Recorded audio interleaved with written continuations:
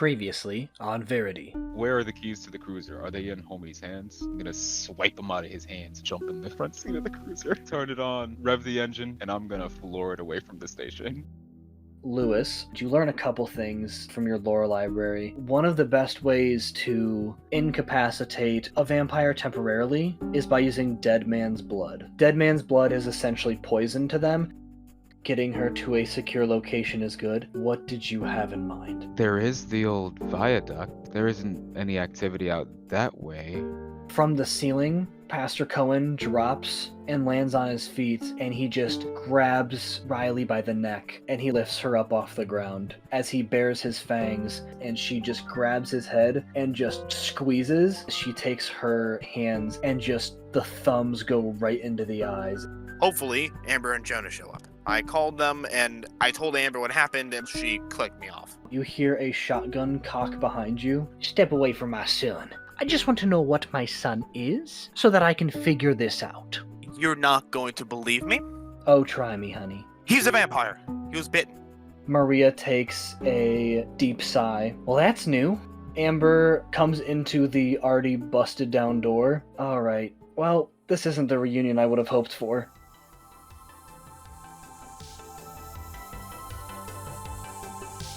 Lots of fun thing happened last time, so let's just resume right in the hot seat at the Jones household with a lot of tension, a lot of great emotions, much of them disdain. How we left everybody. Billy is tied up in the corner with a lot of twine. We have Billy's father, Jim Jones, with a shotgun up against Lewis's back, and Amber, who has just entered the scene, and we have learned that they all know each other somehow.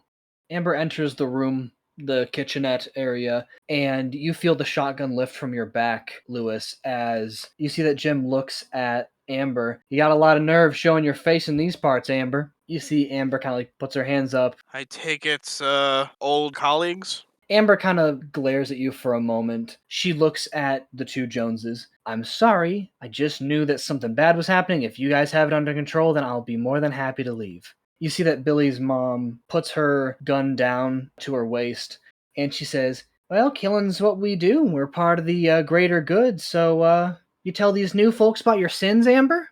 Amber looks at you and she says, all right, Lewis, let's get out of here. But Billy, he's Hey, Lewis, how long does this last? not super long, but I figured if I got here and administered it, I could get you in the panic room and lock you down while we found a more permanent solution. But if it is going to be taken care of, I guess I'll be more than happy to let your parents take the reins here. Mom, do you have any clue how to fix me? Your mom looks at you and she says, not in the slightest, but we sure as shit will figure it out. And your mom starts to untie your twine wrappings. Lewis, Amber gestures for you to leave with her, and she's like, come on, let's get out of here. This is not worth the trouble. And I'll very quickly find like a sticky note or something if there's one available. At least one person in this room is going to be like, what the hell are you doing? Just give me a moment. I'll write down my phone number and I'll hand it to them. If you end up needing my help, call me at this number. Jim Jones takes the note. Go on to your room, Billy, and start packing. We don't need another Jones's blood to be on Amber's hands. And you see he crumples up the note, and you see Amber, like, leaves. Reading the room, I will leave behind her. Lewis, you and Amber leave the Jones household, and you see that she gets into her car. Lewis gets a text from Billy saying he's coming out the window.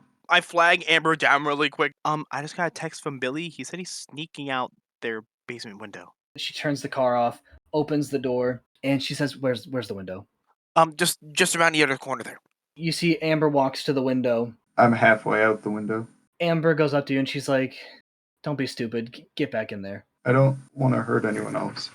Well, I've known your parents for a while. They can figure shit up on the fly. If your parents found out that you escaped and went with Lewis and me, I'm pretty sure your parents would kill us. That's convincing. But I mean, by all means, go ahead and escape your room. Go out into the world. You can bunk with Lewis. I have no problem with that. I will have no hand in it.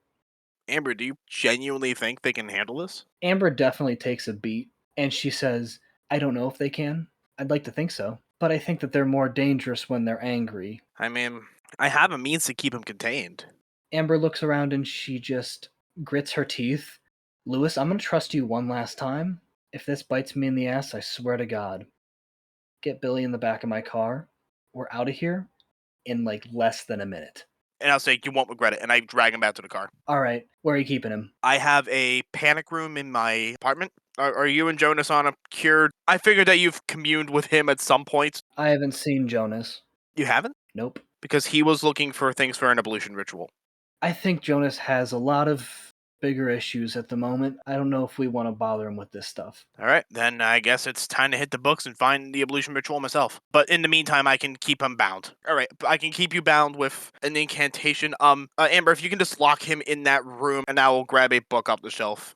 Amber leads Billy into the panic room and locks him in there like you've requested. I'm going to be using magic here in a moment. Rolled to use magic there. Oh, a mixed success. There is a glitch. You do get to do your thing. It works imperfectly. You get to choose your effect and glitch. Your effect is to trap a specific person. Yes, and I'm trapping Billy. I want to just keep him not even so much trapped in one spot, but bound to this room, if that's more sensible. Just for the sake of randomness, I'll go the problematic side effect. I think we'll resolve that a little bit later. Oh boy. As you cast your first magic, congratulations, Lewis, you've excelled into magic.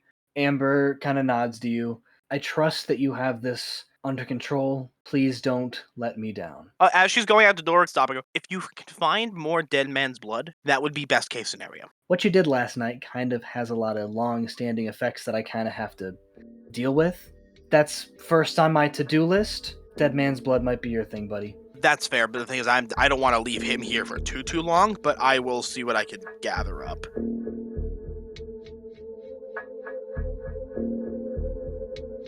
Jonas, you and Riley are out in the woods over by the viaduct, I believe. You were trying to pick up the dead mess of Pastor Cohen.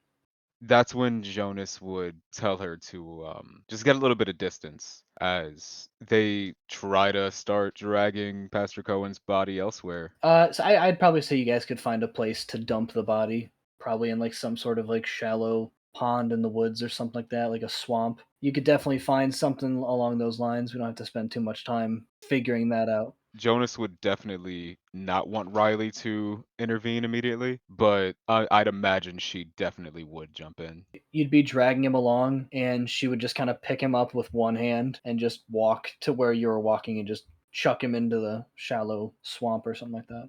Epic. We love that. Okay, so the body's been disposed of. Jonas is gonna usher Riley back to the viaduct. And once they're safe within the tunnels, Jonas is just gonna give her a thorough examination. So look into her eyes, see if anything's wrong there. Look at her hands, see how her claws or fingernails, whatever state they're in right now, are doing. Her eyes are still yellow. Her claws are a bit longer than her actual fingernails used to be. Jonas is gonna gently take her face in his hands.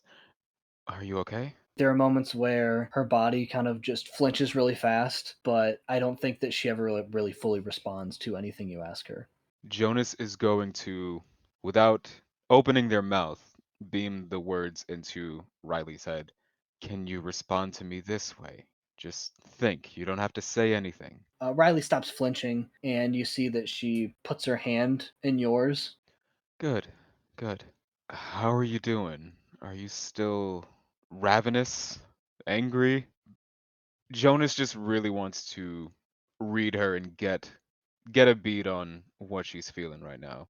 The last time you read her mind, you felt that strong emotion of hunger and anger. And now you feel that hunger. It feels a lot less so now, but you can tell it's still there. It seems like there's a lot more Riley memories. Hey, there you are. Do you think you'll be okay for a night? I'll be back as soon as I can. But I can't stay here for very long. I need to go soon. She takes her other hand and puts it on top of the one that she's currently holding. She kind of squeezes it, lets go, and just kind of goes right into the viaduct. Jonas lingers there for a moment and just watches her walk away as they just stand and ponder on what the fuck they're gonna do. After maybe a minute or two, they end up actually leaving. What time of day is it? It's around dusk. Cool. How late is Waltz open? Walt probably keeps his shop open until like 10. Jonas, as quick as they can, is gonna hightail it to Waltz. Well, first, before they go to Waltz, Jonas is gonna run to Paradise, the joint game and comic store. I don't know if we established this yet, but does Jonas already work here? Yeah. Okay, cool. You enter Paradise, the joint comic book gaming store. You see that one of your coworkers is standing at the counter and she waves at you and she says, "Hey, Jonas." Hey, Jenny. Jonas is gonna, not even stopping as they say that, Jonas runs to wherever the hell the TTRPG stuff is, grab a dice set, and slam it onto the counter. Jenny takes a sucker out of her mouth and she says, "You finally starting a new campaign?" You could say that, yeah. Aren't you not supposed to be eating on the job? It's a sucker. It's barely eating. Yeah, tell that to Ryan. Ryan's not gonna do shit. Yeah, that's fair. He doesn't do his job. Ever. She brings out your dice set and throws them in a bag. "Catch you next time, Jonas. You better tell me about your game." Yep. And Jonas then hightails it from there to Waltz. Keeps gunning it down like 3 aisles until they finally reach the cereal. And they grab the biggest box of Rice Krispies that they can, run up to the front counter, slam that down as well. Walt's just sitting at the counter reading a newspaper, and when you slam it down on the counter, he like jumps a little bit. He says, "Oh, Jonas, Rice Krispies. All right." Yep. Sorry, kinda in a hurry. Didn't mean to startle ya. He's like, "It's okay. It's okay. It's pretty slow, so I don't mind." And he rings it out, gives it to you. Okay, thanks. See you, Walt. Bye. And Jonas books it out of the store and across the street and a couple houses away to their home. Walt's is right across the street from your house. Oh, directly across the street. I see. Yeah, right across the street. Excellent. All right. So book it across the street. As you run across the street, you hear the one whistle from a police car as the lights flash, and you see Sheriff Ewing gets out of the car. "Jonas, Oh, I've been looking for you all day. Mind if we have a conversation?" huh. You know, I meant to stop at your place on the way here. Cool. You coming in or am I getting into the car? I think he's taken aback. I don't think he expected that. Wherever he gets closer and he says, "Where's Riley at?" Let's get in your car. And Jonas, before the Sheriff Ewing presumably can even get back into their own car, Jonas hops into the passenger side seat. He'll get in his side, he closes the door and he looks at you and he says, "All right. Now you have to promise me you're not going to steal this one." This one doesn't have any use for me at the moment. And he's like, "Yeah, I got it. Where's my daughter? She is safe down at the viaduct. Is she okay?" Yeah, she's no worse for wear, I suppose. "I see you still have the scars. Makes sense. Did she give you any new ones?" Jonas starts patting down their bodies, saying if Riley fucked around and he found out at any point. I think I'm good. I don't think she. No, I'm good. I'm good. But you think she's safe out there? She has to be. I genuinely don't know what I'll do if she isn't. Yeah. You scared the shit out of me, Jonas. Obviously, I'm chalking it up to Riley's on some sort of hard drugs, and you steal my car, a squad car at that, and you just leave for the whole day, and you and her are just gone. You mind telling me what the fuck is going on with my daughter? I gotta say, it's almost comforting to see that you saw all of that and you still don't want to believe it. What am I supposed to believe, Jonas? How long you got?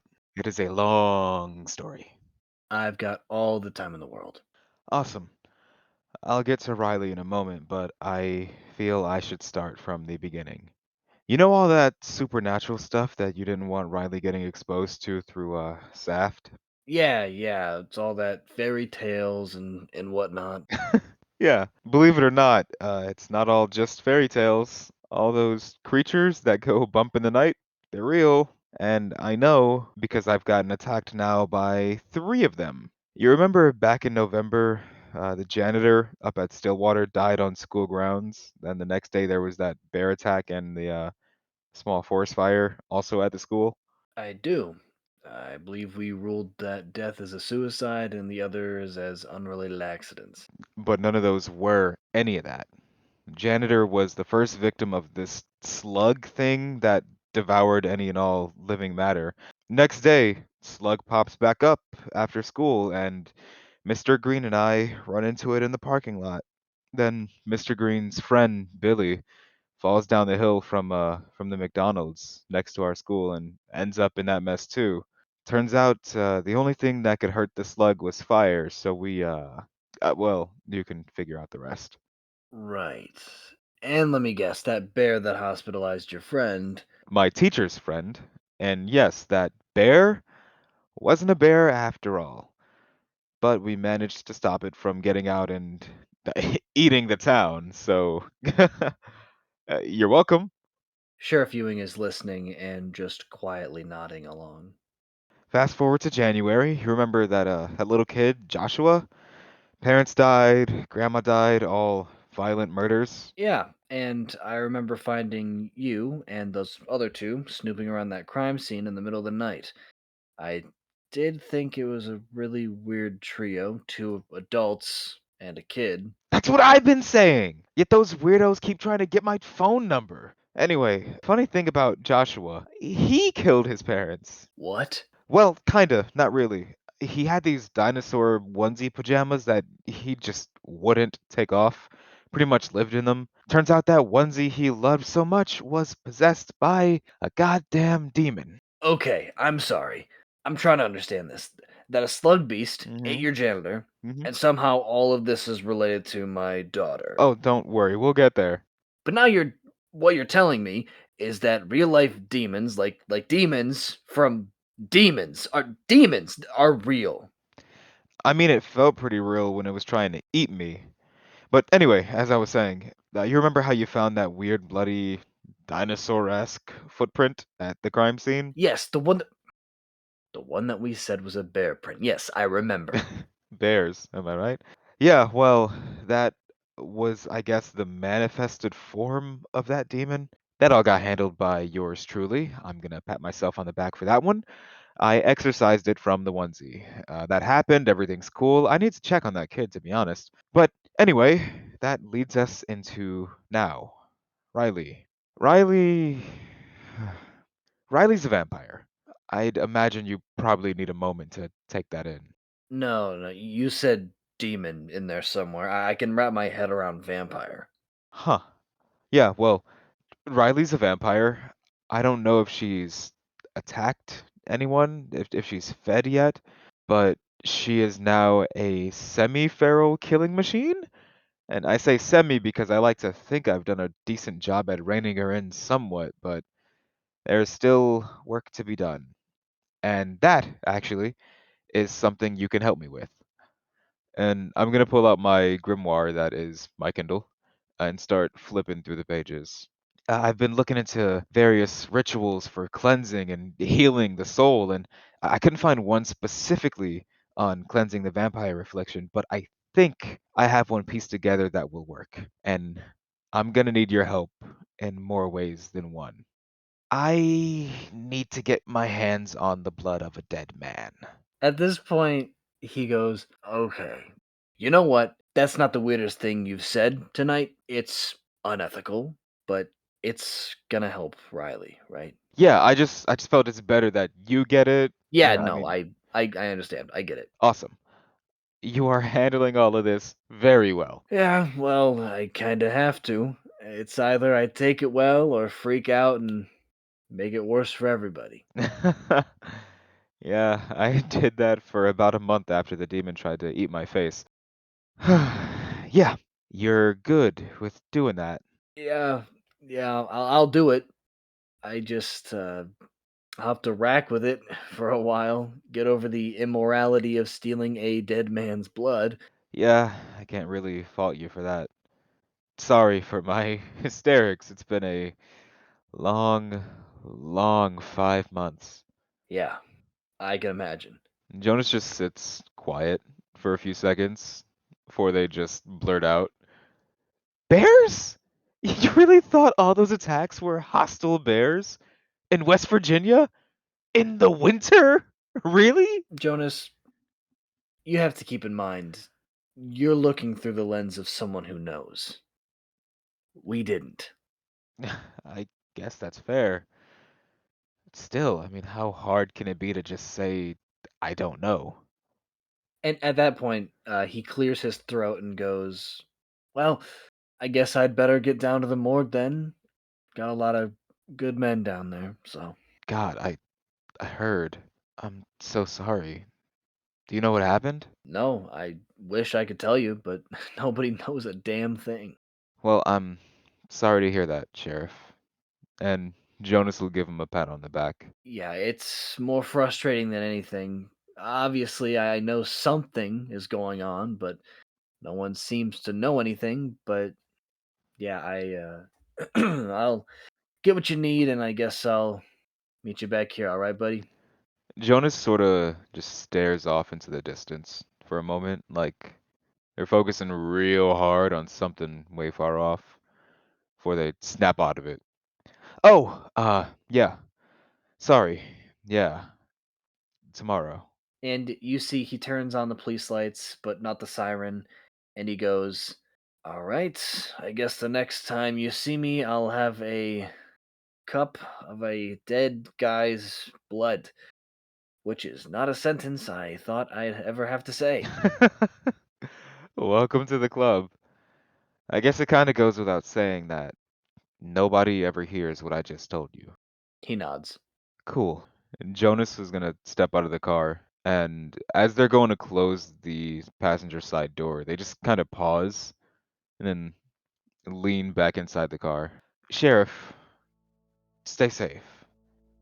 I'm serious. I know it sounds ironic coming from the kid, but we are dealing with a lot of stuff that is very new to you and well above your pay grade. So, I mean it. Stay safe. He smiles at that, and he says, "Don't worry, Jonas. I'm a father. I've been getting rid of monsters in my daughter's closet since my late 30s. I got this." And Jonas just gives a half smile, then shuts the door and walks up the stairs and into their house.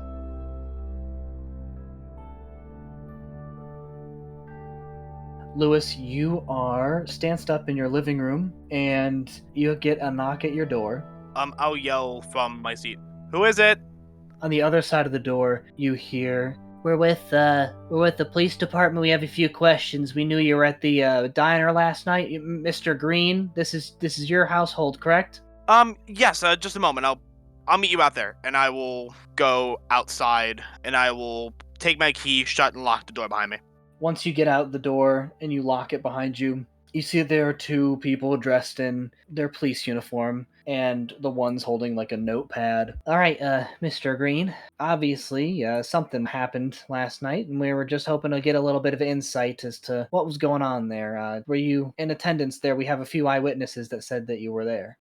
Yes. I'm not 100% sure what happened with the guy outside. Oh, so there's a man outside. Yeah, there was a guy outside who, like, he seemed like he was high on something. I couldn't really tell. But I was on a hike with a friend out in the national park. It was like a camp hike thing, like a hybrid thing. As we were settling down onto the campground, these like 3 or 4 dogs came walking out, and they actually started like biting and attacking us, to which we ran. We heard them barking for a little while, but they trailed off, so we ducked into the cafe. And the hostess who was there, I remember telling her that it was feral dogs, seemingly. And I ducked in there, turned around, they were gone, but there was the guy. Outside of that, I don't have that much more information for you. That's great. Good to hear. Mr. Green, being someone on the site who was in bad condition, sorry to hear about those feral dogs. Obviously, as someone who was chased seemingly by this fella, you are one of our prime suspects. Since we can't find this guy, obviously you wouldn't mind if we took a look inside your home here. I actually do not consent to a search. You don't need to. You see that the other officer kind of pulls out a warrant. Head on in, fellas. I'll say, while you fellas are searching, can I read over that warrant, please? Of course, of course. They make themselves home in your home. The one hands you the warrant. They start looking around like the living room. The one goes to the kitchen, starts going through the cupboards. He takes down tea bags and he finds where you keep your mugs, and he fills up a cup of water, and it seems like he's starting to make like 3 cups of tea. As the other one, searches the living room, they kind of stop in like this main area, and you see that the other one kind of finishes making the 3 cups of tea. So, how do you like your tea, guy? I just put a little bit of honey in it. It's up in that same cupboard to the right. Alrighty. I'll do that for you. And the other one approaches you and he says, Now, Mr. Green, we know your reputation here in Balderston. You're just a wee old teacher here at Stillwater High. We don't think that you pose a threat at all, but, we just got to go through the routine here. I hope you don't mind if we just kind of sit back. Maybe we can ask you some questions here in your home. A little bit more relaxed area here. I promise that we'll only take up about a couple more minutes of your time if that's okay. Yeah, sure. Here, gentlemen, have a seat, and I'll pull 2 of the chairs at the table out for him. Terrific. And the other gentleman finishes making the cups of tea. He brings you yours, Lewis, and the 2 other ones, they take theirs and they take a nice sip of their tea. You got a nice selection there, buddy. Is he talking about the tea or the books behind me? Now that you mentioned the books are pretty cool too. Yeah, I took an interest in monsters and mythologies when I was in college, so I've collected a couple books on the subject. There's some other basic English and history stuff in there too. It started as like a historical analysis of the myth, but over time I fell in love with the stories. Not a huge monster guy. They're scary to me.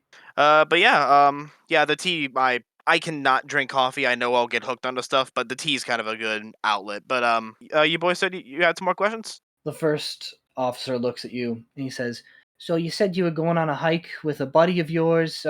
Was this the Billy Jones that was on the scene as well? Yes, there was. Do you know of his whereabouts? Last I checked, he was at home. All right, I guess we'll have to check in with the Joneses. Obviously, both of the 2 bloody people running away from this guy, people of interest, of course. Lewis, why don't you tell me a little bit about Stillwater? How did your day start yesterday? I know you ended your night in the hospital. Yes, that I did. I started the morning, just like I always do. I got up, as a matter of fact, no, the one thing I did do differently was I was thought about getting my locks changed here at the apartment. It's somewhere in the record, but I did file a report of someone breaking into my home. That's no good. Is it the same gentleman you were running away from there? No. I wasn't running away from the gentleman. He wound up there between us running away from the dogs and turning around and finding him there.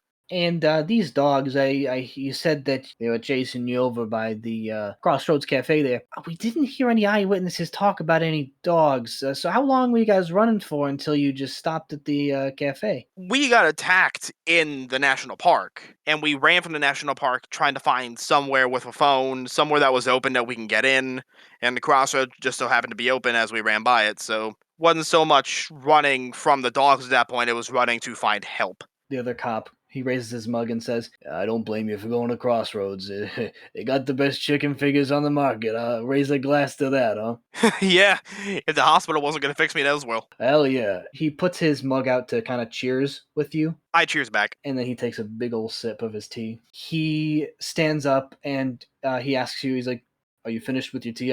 I'll wash that out for you. I made the mess. I might as well clean it up. No, it's my place. Here, I got it. And I'll take the mugs and I'll take them back and wash them. Yeah, I hope you enjoyed it. Obviously, no one would guess by looking at me, but I make a mean cup of tea. What do you say, huh? Absolutely. My compliments to the chef. Mwah. Lewis, as you kind of get up and you start to wash like the empty mugs out, you kind of start to feel lightheaded. You're walking to the sink. You stumble a little bit, and you drop like all 3 mugs. Like they just shatter on the ground. Oh my goodness, boys, I'm sorry. You see that none of them are flinching at anything at all as you kind of like fall to your knees. All right, looks like it's setting in now. That's good. So, buddy, tell me what you remember from last night. And as he asks you that, suddenly you don't remember a thing. I spent the night in. I watched Spider-Man, I think. Oh yeah, well let me help you up, buddy. Oh God, yeah. Thank you. Yeah, you took a nasty tumble there, man. You might as well just get some rest. And the other guy gets up off the couch and he's like, yeah. Why don't you? What was it? Spider-Man? Yeah, the Amazing Spider-Man. A friend and I were watching it the one night. We didn't get to finish it. I was spending the evening finishing it. Perfect. And yeah, you might as well just flip that movie on. Take it easy. Take it easy tonight. All right, thank you, boys. Of course. We'll see you around, Mr. Green. See you around. And they will leave. Do I remember the fact that Billy's a vampire locked in my room? You remember everything prior to going to the church. Oh God.